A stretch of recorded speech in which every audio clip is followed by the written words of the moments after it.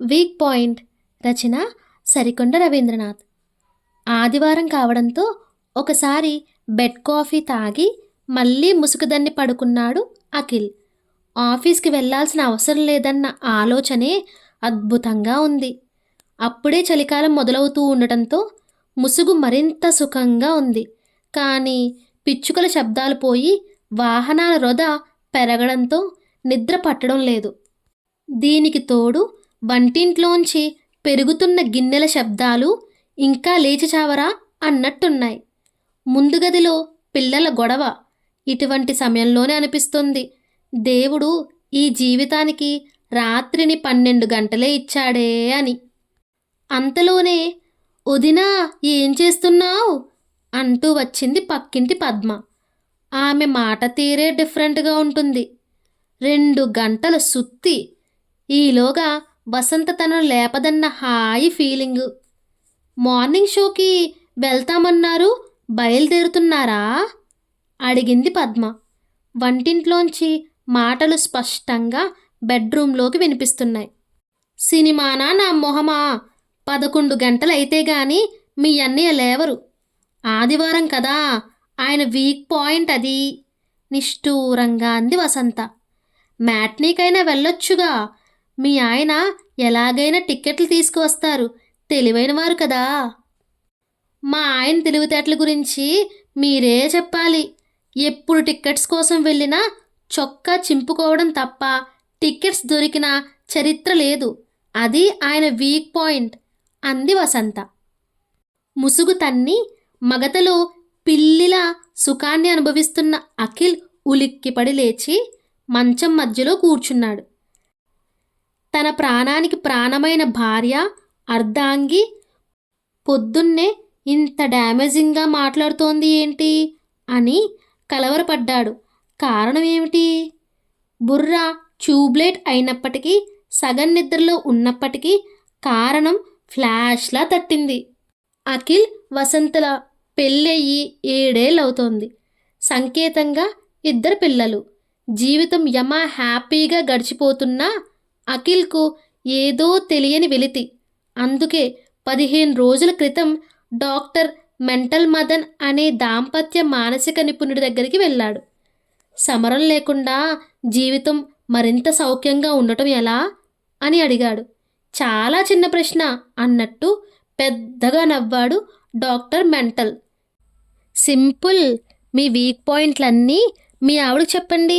మనసు ఎంతో తేలికగా ప్రశాంతంగా ఉంటుంది. అదే ఆదర్శ దాంపత్యానికి సోపానమవుతుంది అని సలహా ఇచ్చి పారేశాడు. ఉచితంగా కాదు, 1000 రూపాయలు ఫీజు తీసుకుని. అఖిల్కు ఎడమకన్ను అదిరి మనసు కీడు శంకించింది. అయినా జీవిత భాగస్వామికి వీక్ పాయింట్స్ చెప్పుకుంటే నష్టమేముందిలే అనుకున్నాడు.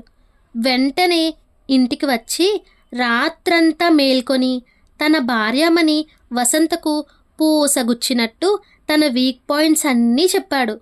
మనసు నిజంగానే తేలికపడింది. ఇప్పుడు పద్మతో వసంత చెప్పిన వీక్ పాయింట్లు తను చెప్పినవే. టిక్కెట్లు బ్లాక్లో తెమ్మను, ఎన్నైనా తెస్తాను. క్యూలో నిల్చుని మాత్రం తేలేను. చొక్కాలు చిరిగిపోవాల్సిందే గాని టిక్కెట్లు దొరకవు. అది మన చరిత్రలో లేదు అని చెప్పాడు. పర్లేదు, సినిమాకు తీసుకెళ్లలేదన్న బాధలో నోరు జారుంటుందిలే అనుకొని మళ్ళీ ముసుగుదన్ని పడుకోవడానికి ప్రయత్నించాడు. ఇంటి స్థలమేదో కొంటానన్నారు, ఏమైంది? డైనింగ్ టేబుల్ దగ్గర కుర్చీలో కూర్చొని రిలాక్స్ అవుతూ అడిగింది పద్మ. సింక్లో డిష్ వాష్ చేస్తున్న వసంత విసురుగా వెనక్కు తిరిగింది. ఇంటి స్థలమా నా బొందా, మా ఆయనతో అయినట్టే. ఒక నిర్ణయం తీసుకోవడం, దాన్ని అమలు చేయడం ఆయనకు చేత కాదు. అదేంటి, స్థలం చీప్గా వస్తుందని చెప్పారు?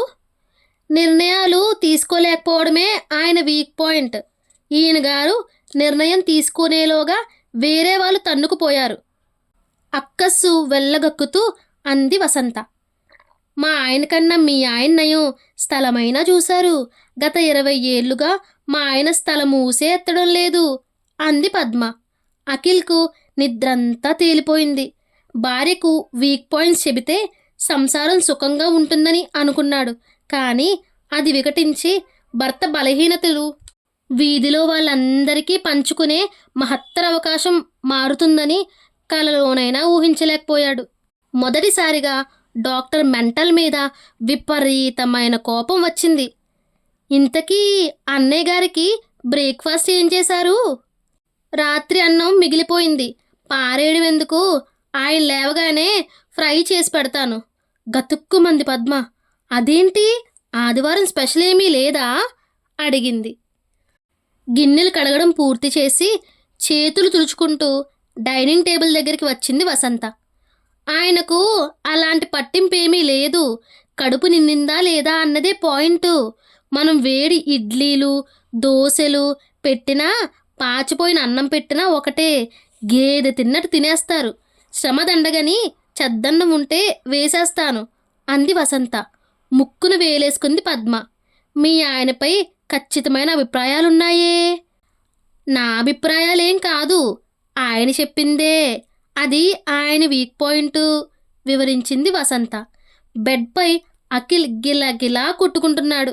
అతని పరిస్థితి చెప్పనలవి కాకుండా ఉంది. వసంత వచ్చి పద్మ పక్కన కుర్చీలో కూర్చుంది. వసంత కట్టుకున్న చీరను పద్మ పరిశీలనగా చూసింది.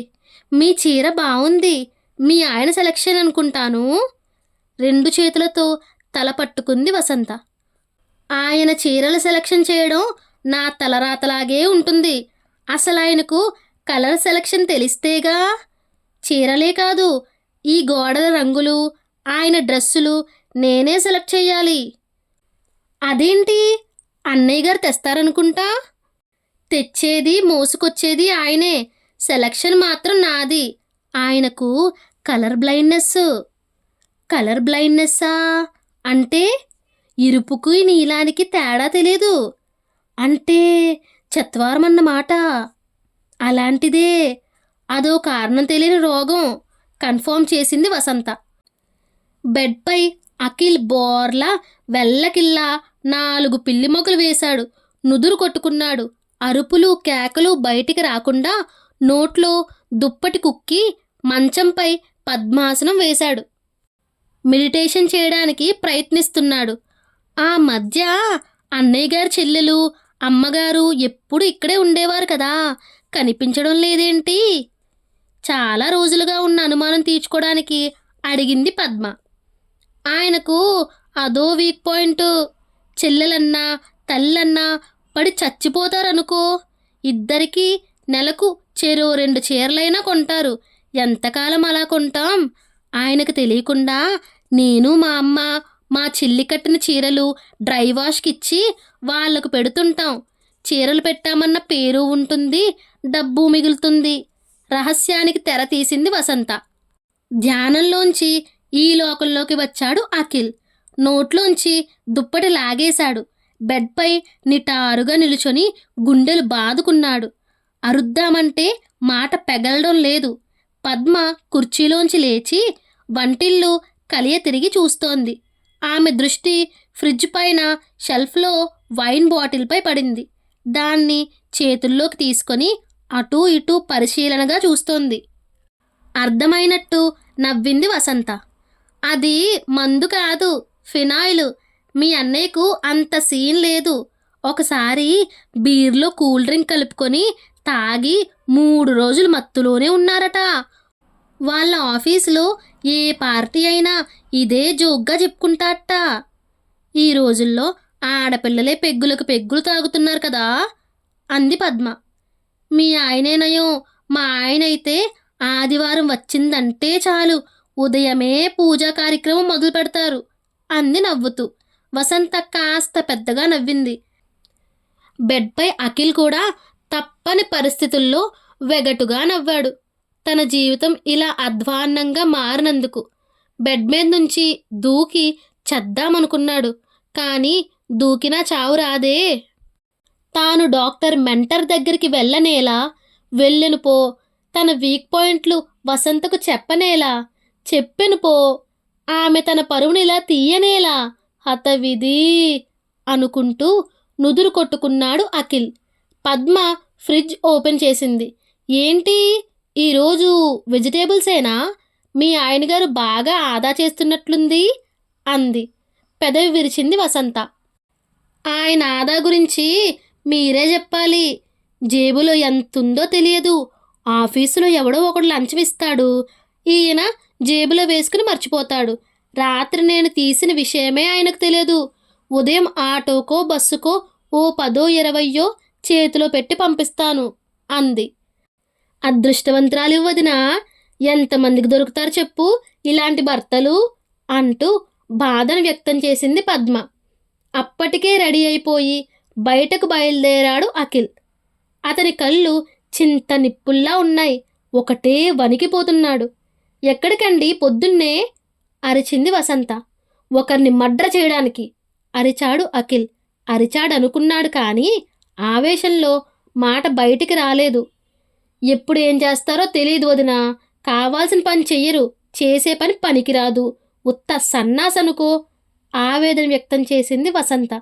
గుమ్మంలోనే ఆగిపోయాడు అఖిల్. ఈ వీక్ పాయింట్ను తను చెప్పలేదే అనుకున్నాడు. అయినా ఆమె అభిప్రాయంలో తప్పేం లేదు అనుకుంటూ వెనుదిరిగి వచ్చి సోఫాలో కూలబడ్డాడు.